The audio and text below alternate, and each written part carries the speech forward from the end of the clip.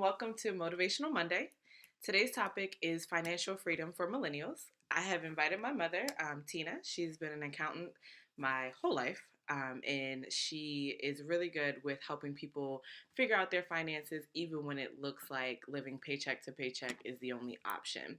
So I felt it was important to discuss how people in our age group can work towards being financially free. So this is Tina, my mother. Hey everybody, how are you? They can't. They can't hear me? They can't respond. I said, how are you? That's the question. Rhetorical. Moving forward. Okay.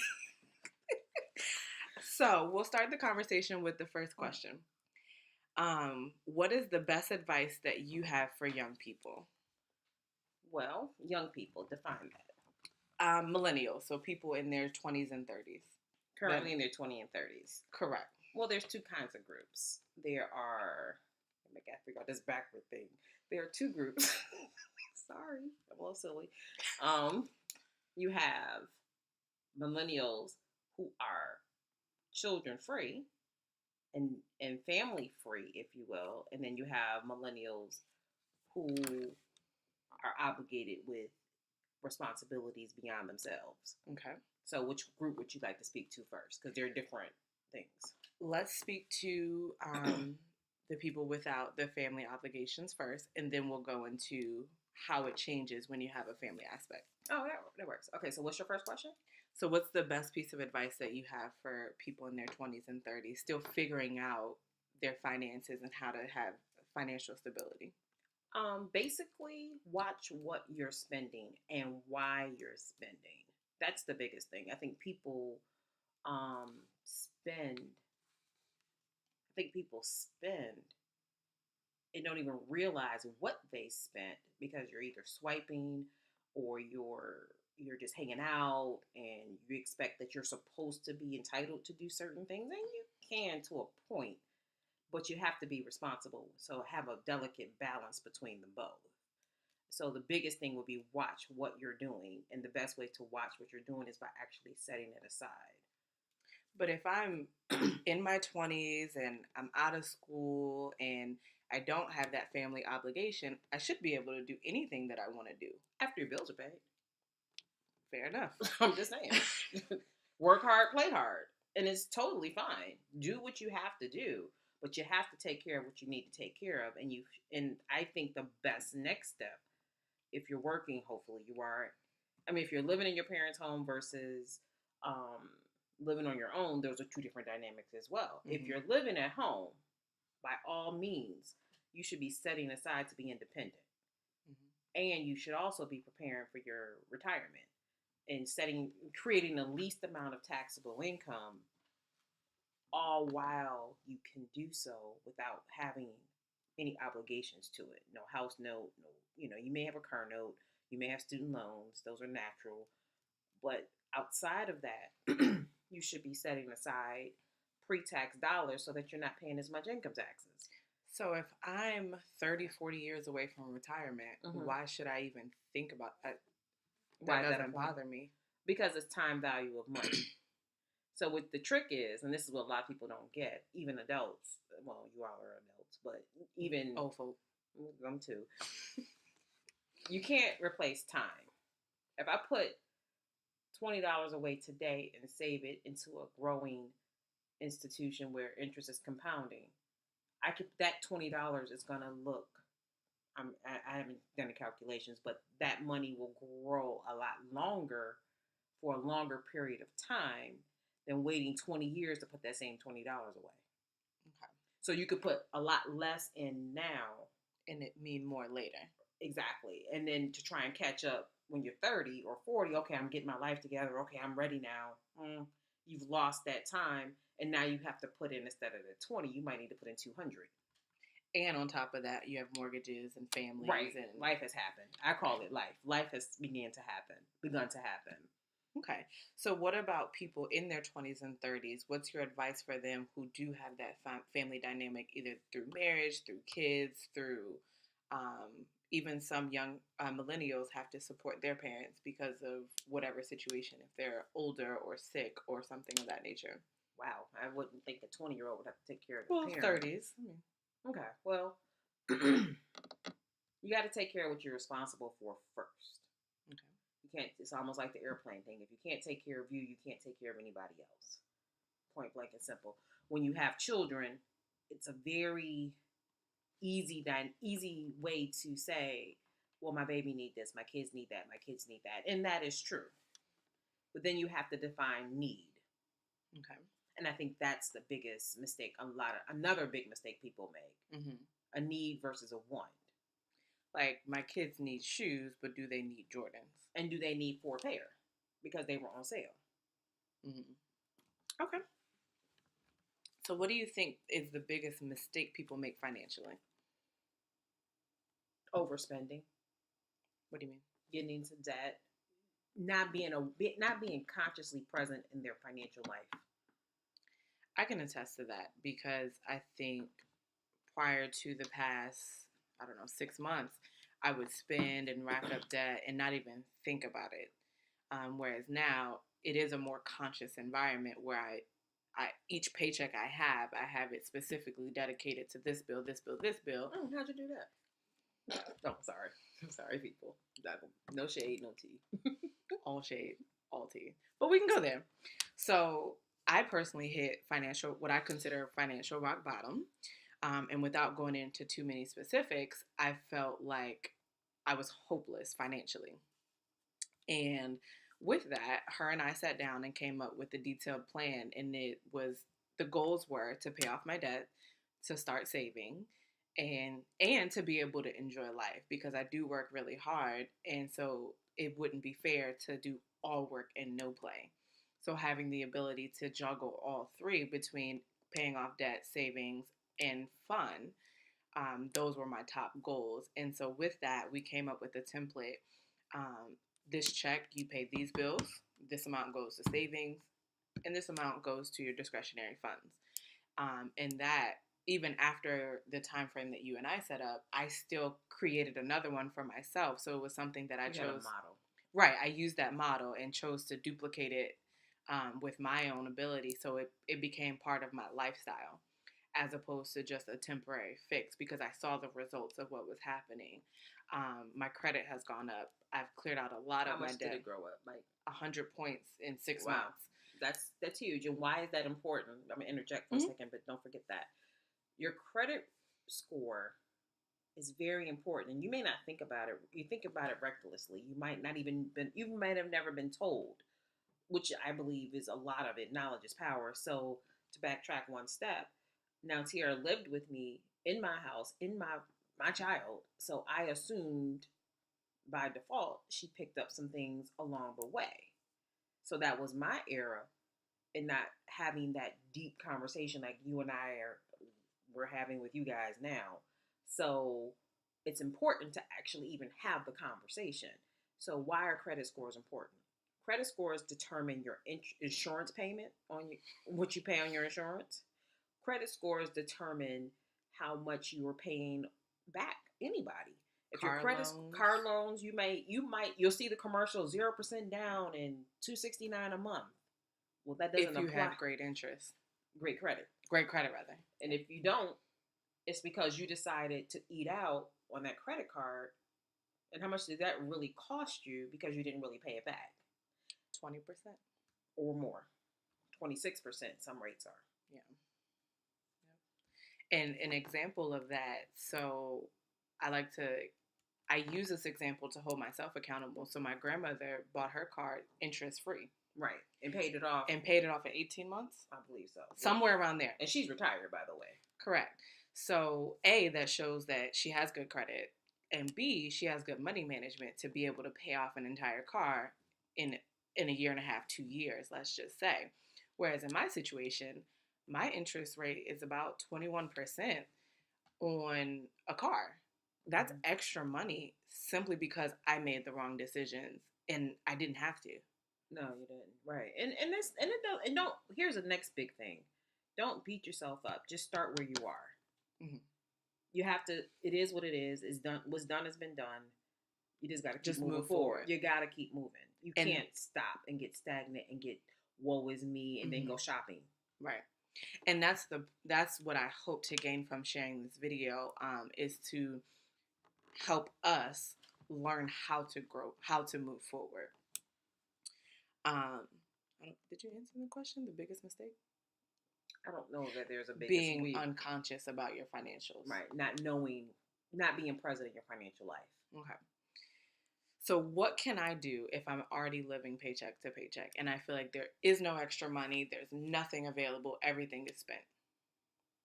We would first look at, what do you call everything is spent? Mm-hmm. And what do you say everything is paycheck to paycheck? So really, be honest with yourself. Mm-hmm. Write out everything. What do you owe? How much is it? How much is the interest on what you owe? Right. What do you owe?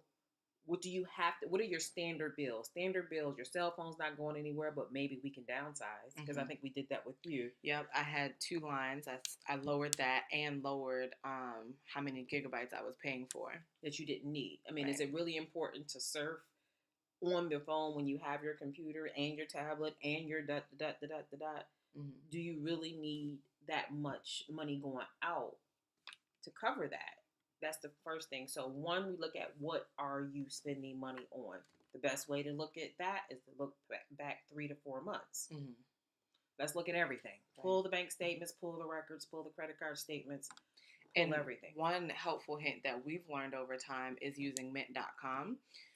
And not to do this as, we're really not, but it's really helpful, because if you have everything connected, like all of your bank accounts connected, it will show you all of your transactions and it'll categorize everything. So this month, out of all your credit cards, all your bank cards, you spent X amount of dollars in food, X amount of dollars in this. And I think when you look at that, you're going to be like, holy smokes, I ate 30% of my income. Absolutely. Eating out. Was it really that important? Correct. Yes, you can go out to eat. Yes, you can still have that drink on Friday if that's what you choose. Yes, you can still go to that movie. But do you need to do that 5 days a week and pay for your friends? Right. And that might be a need in your book, but it really isn't. And I think the biggest piece of the next step is being honest with yourself, because it took me years to truly have an honest conversation. And a part of that was I was almost humiliated, because here I am, my mother's an accountant, and I feel like a financial failure. So it had to take a moment of humility to be able to say, listen, I'm struggling. I don't know what I'm doing.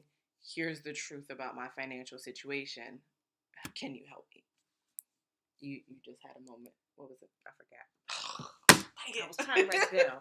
Oh, well. Anyway, you had said something about being honest. Well, anyway, it'll come back.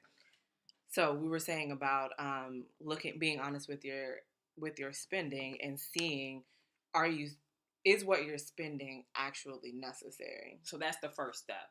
So if you think you're living paycheck to paycheck, which you might be, where's the money going? And if you truly find, like you said, being honest with yourself, you truly find your cell phone, your rent, your gas for your car, and your groceries, electricity, standard insurance, things that cannot change, things you have to pay no matter what. Those are the bills I'm talking about. If you truly find that your paycheck equals that money, then you need to do something and look at your time. What is your hobby? What is your activity? There's so many different venues for you guys. You might need to do Lyft. You might need to do Uber or whatever it is that you're good at. You might need to babysit some kids once a week or whatever it takes. You have more income. Right. You have to find a way to earn more income. And then that's another thing. Let's look at what you're earning. Are you being paid enough? Mm-hmm. Are you underpaid because you have a job and you think that's all you're worth? Don't know. If it is, if that's your skill set, that's your skill set. Then that's another conversation. But what I guess the biggest thing people need to understand is, I keep saying the biggest thing. Well, a lot of big things here. Okay, big things are happening. Another big thing that people have to realize is know your worth, know your market, and if you're not being paid what you should be paid, then you need to change. Absolutely. Being a millennial, good God, y'all got the rest of your life to go. There's nothing holding you back, especially if you're not obligated with family responsibilities, meaning children, husband, mortgage. Right. So let's talk about for a second the thing. So you have your car's not going to change, the phone's not going to change, bills like that. Well, car might change, phone might change. Okay. So other than the hard bills, like let's talk about Utilities. the flexible bills such as groceries. Mm-hmm. You have to eat, but let's talk about a little bit how you can eat smartly, because my biggest weakness financially is food. I like to eat, and I like to be able to eat what I want and think nothing of it. So how do we have best of both worlds in that scenario? You have to measure where you are. So one, be honest with yourself. If you know you only have $100 for the whole month left, which starts from having financial consciousness, right, being present there.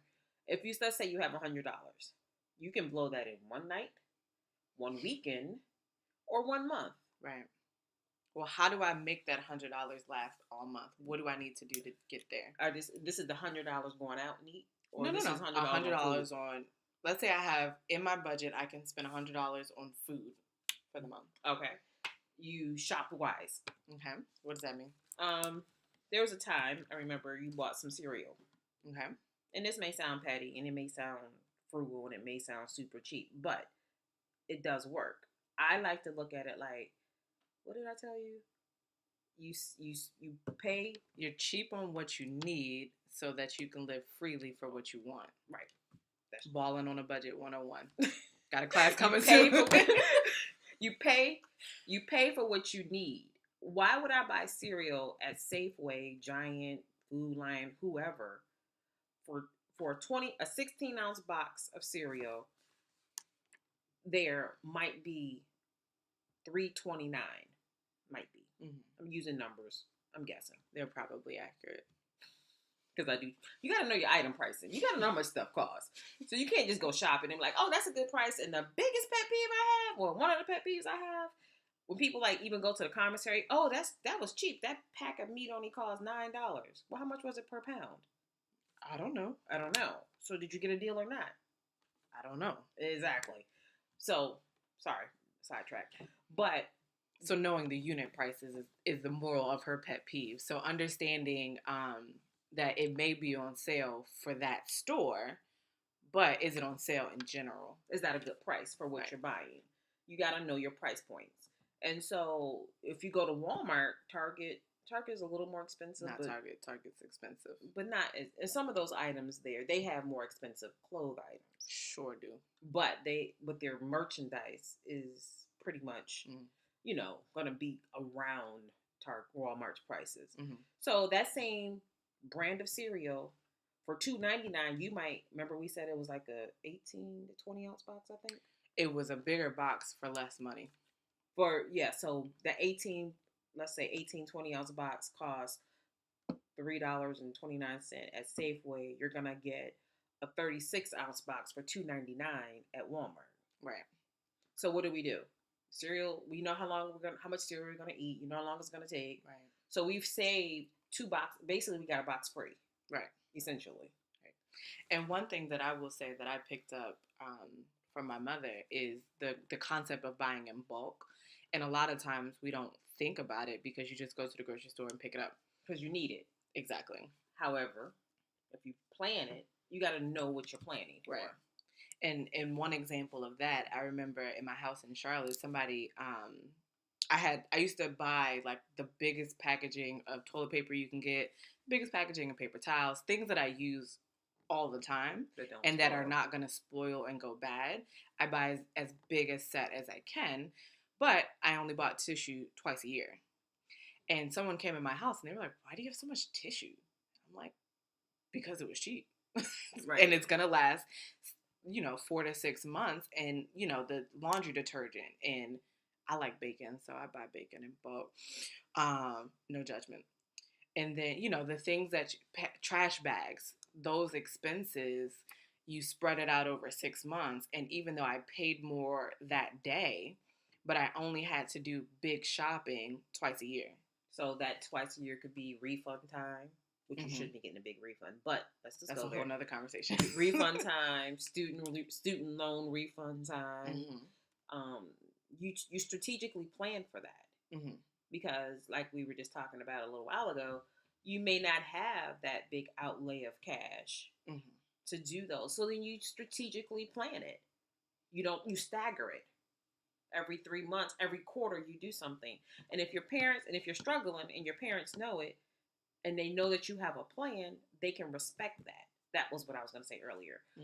The bigger thing we have to realize is sometimes your parents are hindering you by being there. They don't exactly. They don't realize it at the time. But if you're only paying $300 or $500 in rent, that's not a realistic expectation of life. And so you wind up staying. Unless you realize real rent is $1,200. Well, it depends on where you are. But it can be as much as $1,200 for a one bedroom. Then you got to learn how to live with somebody. Because you're at $500. If your rent budget is $500. Yeah. You got to suck it up. Right. And then we try to cushion because our parents in general, this is in general, our parents have, they made us figure it out. Which created resilience, which created tenacity, which created, we got to figure this out. Because our parents didn't have it. Not that they didn't, but, they didn't. And so you figure it out. Because a lot of your generation's parents lived through things like the Great Depression. They lived through the country's hardest financial time and made it work, which kudos to them because I don't know that I could survive. I have first world problems. I can't survive without bacon and steak. Steak, yeah, right. I never had a steak growing up, but that's another story. Sorry. It's real life. But it created a different parenting style for your parents. And then we grew up saying, okay, we'll take the struggle so our kids don't have to struggle. Right. But what that has done is handicapped y'all. That's just real talk. It's handicapped you to a point where we don't know how to do it on our own. You don't know how to struggle. You can't handle the struggle. Absolutely. And the resilience can take you out. And that is something that I don't know how we delicately balance that because I don't feel like I spoiled Tiara, but there was never a need or a want that she kind of didn't have. Thank God. But it wasn't from the intent of, that's my baby, I'm going to get everything she wants. She never asked for much. Right. And so whenever she asked for something, it showed up. Which created the expectation. If I want something, it shows up. It's there. And then when it's not there, it's a little harder. It's a slight. I'm spoiled. I can admit it. I'm working on it. I'm trying. Okay. You're getting there. You're almost there. Whew, life done knocked me out. That's why. So, I've messed up. I've hit financial rock bottom. I'm at my lowest point. What do I do now? You take a fair look at everything you have on the table. Pull everything onto the table.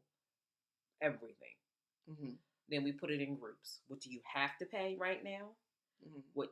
Say you're in debt, financial debt, and people are calling you. You can't even answer your phone now because people are calling. It's not a fun feeling. No, it's not, I'm sure. And then you take that pile, and we deal with that in a way. Well, let's talk about the settlement process. Let's address that. So for people hold that right there now. So we can come back. So you take all of your buckets of what money has to be paid, and let's look at it. You might need a cash infusion. You might. If you have a decent job where you can sustain yourself and it takes some tweaking on where you're spending, then we can fix it. But if you really just can't, then we need to talk about that. And you might need to borrow some, and I say borrow from your parent, sister, brother, cousin, uncle, granddad, whatever, because at this point you're taking responsibility. And there's no way for you to get out of the hole without that help. That's when we go to that extreme. But go there with a detailed plan and say, this is my problem, this is what I want to do about it, and this is how I plan to fix it. And this is how I'm going to pay you back. I didn't say go to a credit card. Right. I didn't say go to a bank. If you don't have those resources available, then that might still be, we'll deal with that on a different level. We can always get more help or suggestions at Tina. It's a Tina affair. It's just like it's spelled. It's a TinaAffair.com. You can shoot me an email, Tina at it's a Tina affair, and I will be willing to, to talk to you or give you at least one conversation if that is your struggle and you just don't know where to start. But sidebar, your question, you said so if I'm so now that we've looked at the buckets, mm-hmm. we have our bills. Mm-hmm. We're gonna then look at where are we spending the current money coming in? Okay. Where is the money going?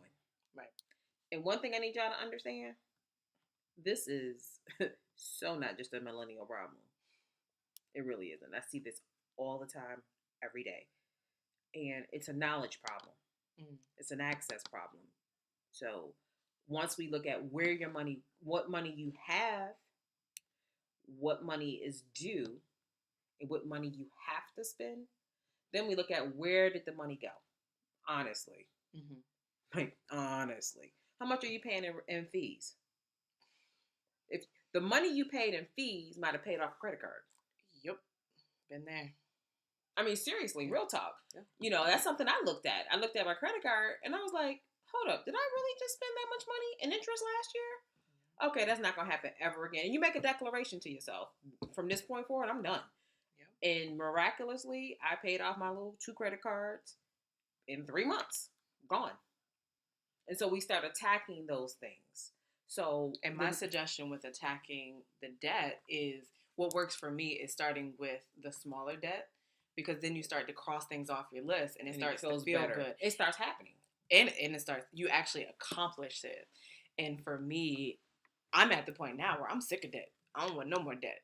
And it's because I know how rewarding it is to cross it off of my list. So if I have phone people calling me and chasing me down, and to the extent where I have to block numbers and all of this because I have loans that are in settlement, what is the best course of action for dealing with those types of companies? Be comfortable knowing that you owe it, first of all. Mm-hmm. If you do owe it and you're unable to pay it, but you have some money, because I think what we did for you, we found out what you were spending, what you had left, and what was coming in the near future. Mm-hmm. So if you're getting a bonus, or you're going to work a holiday job, or you're going to work a part-time job, you need to be able to work with you need to talk to them. The one thing they try and do is bully you. Absolutely. They will bully you, and their job is to collect. Mm-hmm. Not mad at them. That's their job. They are there to very collect about it. And you have to be very firm. This is what I can do. Right. What are you going to do? You ain't getting it now anyway, so what's the difference?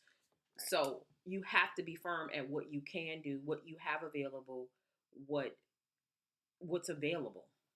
Mm-hmm. You acknowledge the debt, and you ask them, this is what I can do for the next 2-3 months or whatever. Mm-hmm. They're not going to take it on the first round. First 5 rounds. Oh, okay, 5, I didn't know. But you just need to know. You need to know what you can do. Yeah. And it's on your list because we have a strategic plan to pay off the debt. Right. And so you pay what you have to pay every day. You pay your necessary items. You have a bucket now. Okay, this is coming up. Then we do one of those one at a time. Mm-hmm. We settle them one at a time. Yep. If you go ahead. And I was going to say, in that process, just in the spirit of transparency, I had one settlement where we did settle, and I set up a monthly payment. Personally, I didn't like that option because it felt like every time I got paid, money went to this. But you spent the money.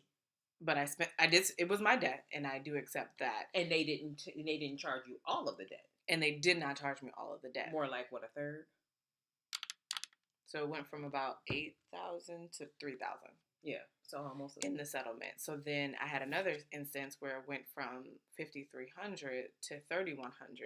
But because I had money set aside in my savings, I told them just take it. And to me, I made the decision with her counsel, but I made the decision that it was more important to pay it off and be done than to hold the savings in my account. Yes, I have to rebuild that savings up, and yes, it hurt. And real bad, but it was worth it. But it costs you. It's an opportunity cost. What are you willing to give up to get what you want? Mm-hmm. So yes, you want to get your own place sooner, and right. you feel like I just got to do this. You have to calculate. And the thing about life is, when you have a target, it's easier to deal with every day. Absolutely. Because your goal is in mind. Right. You focus on where you're going instead of where you are, if that's the case. And so the opportunity cost of giving up that savings account at that moment, not all of it, I'm sure. Was it all of it? All of it plus some from the paycheck. Okay, well, it's done. And but it wasn't $900 a month. Correct, which was the other situation. So you gave up that, and then that came off. That now is quicker to come off your credit score, because we talked about credit score does what? Hold you back from getting a house. Correct. Hold you back from getting the car note you need. Hold you back from getting loans or whatever you need to do the next business. If you want to start a business, you need good credit. Right, because they're running you. You're the business, so they're going to run you. Absolutely. So, yes, it hurt for a little while, but now you have a 100-point bump in 3 months on your credit score. Well, I haven't even seen the bump after that payoff. But point being, you making those sacrifices with the bigger picture. And my bigger picture is, I want to be able to buy a house. And I want to be able to do so. And it would likely be cheaper than rent as well. Absolutely. So, absolutely. So for me, that's my bigger picture moment. And as though it may be a sacrifice to stay at home and not have that freedom as I'm used to. And also the sacrifice of putting away my entire savings plus some, and then having a tight paycheck. It's worth it because A, they're not calling anymore. B, I don't have to duck and hide anymore. And C, it's off of my credit. It's off of my mind. It's off of my heart. Mm-hmm. Perfect. And so a lot of the times the interest rates that you're paying is what they're really settling off. Right.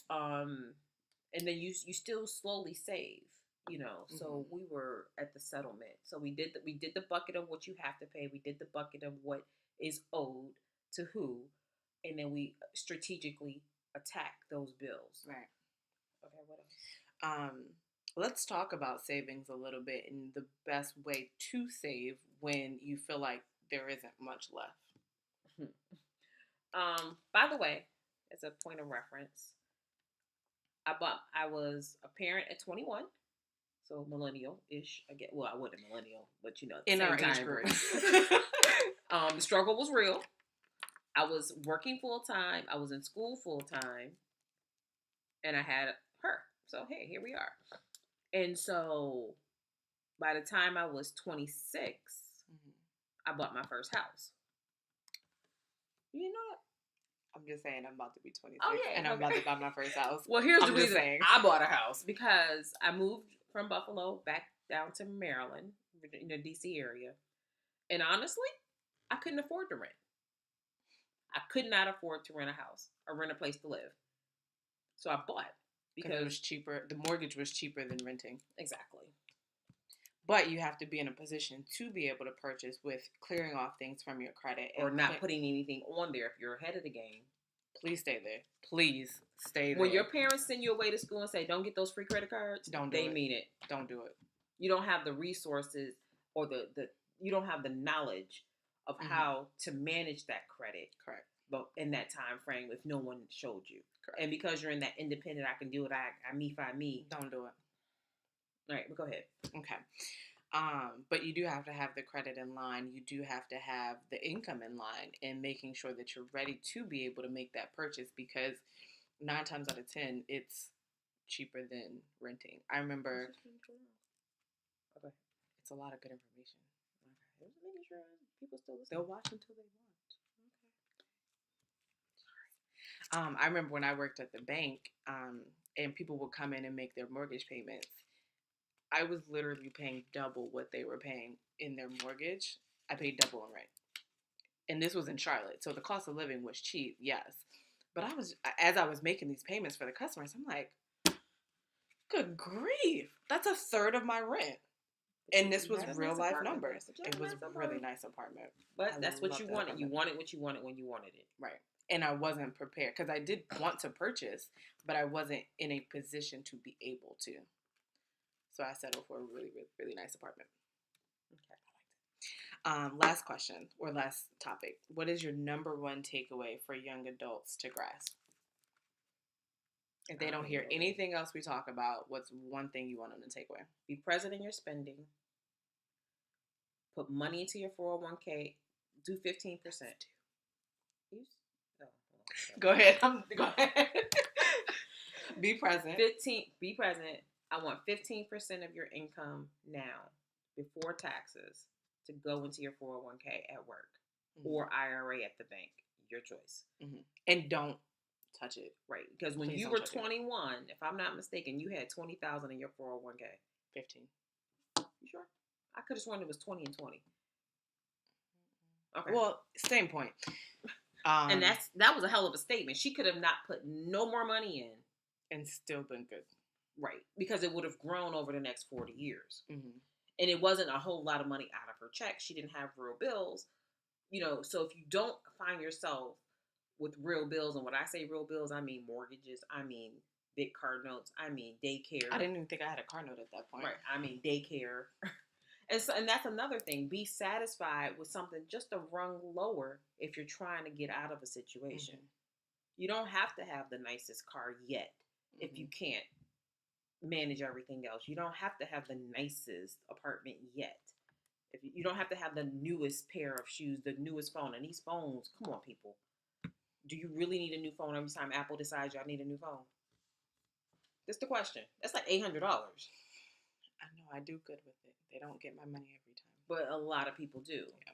But no. And even if they say, oh, they put it on my phone bill. Well, now your phone bill is $50 $30, more. $50 higher just because you got a new phone. But you're in debt. Yep. Don't add up. Yep. Well, I think this was really helpful, and I think people will grasp from it and be able to apply some of these skills to their lives. It was a long video, but I think if people were able to watch through the whole thing, they would be able to grasp a lot from it. So thank you for being willing to share. I'm here to help. Strategies to make people successful. Absolutely. And it's a process, and you're not alone. Don't get mad at yourself. It's not the end of the world. You just have to jump in and start moving forward. Absolutely. And we encourage the questions, and we want to have that conversation. So please write your comments, and I will be sure to make sure she gets those and try to respond some answers as well. If not, provide contact information so that you can reach out directly and have that one-on-one dialogue with her. Because the goal is to help people. And I think that's both of our motivations to do what we do, is to be able to help people through the lessons that we've learned the hard way. Okay? Yay. It's possible. Hey, we're living witnesses. It can be done. Absolutely. Right. Thank you. Thank you. Bye-bye.